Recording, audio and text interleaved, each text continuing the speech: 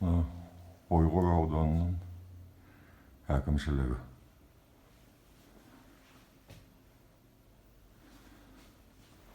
Керемет екен. Тым-тырыс. Ауылдық әкімшілігіміз ауылдық кітапхана сияқты.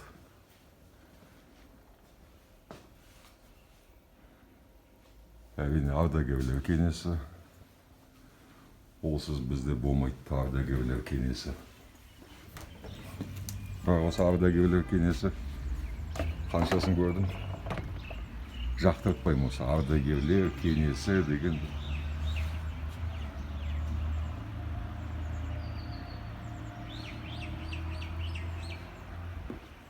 Ескі алды тамаша әкімшіліктің. Ағаштардың арасына сәті қойып, мына жерге жатсаң осы күн шай ішіп, әңгімені бөстіртіп,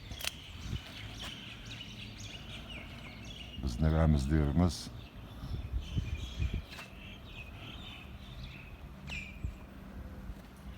әкімшілікке кіре берсе полиция да жоқ, қала әкімшіліктерінде емес, кіре берсе сен полиция күтіп отыратын. Беймарал жүретін жеріне жүр. Ешкім ешқайыққа асығып отқан жоқ. Ешкім ешкімді әшкерелеп балағаттап отқан жоқ.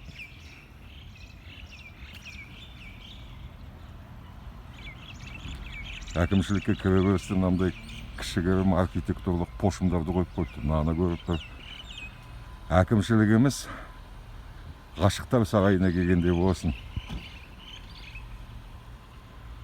Біреуге жымиып, күліп, көз қысып, махаббат құрастырып дегендей.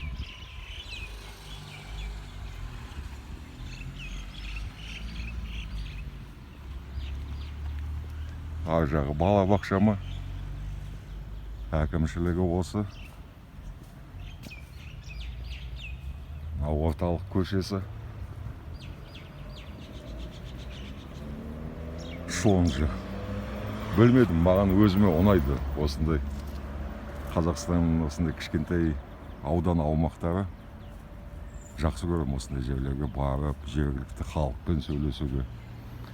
Қаланың тұрғындары сияқты емес.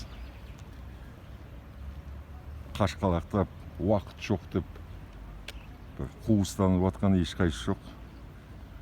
Сөйлесен сөйлесе кетеді. Десе мәдемейді.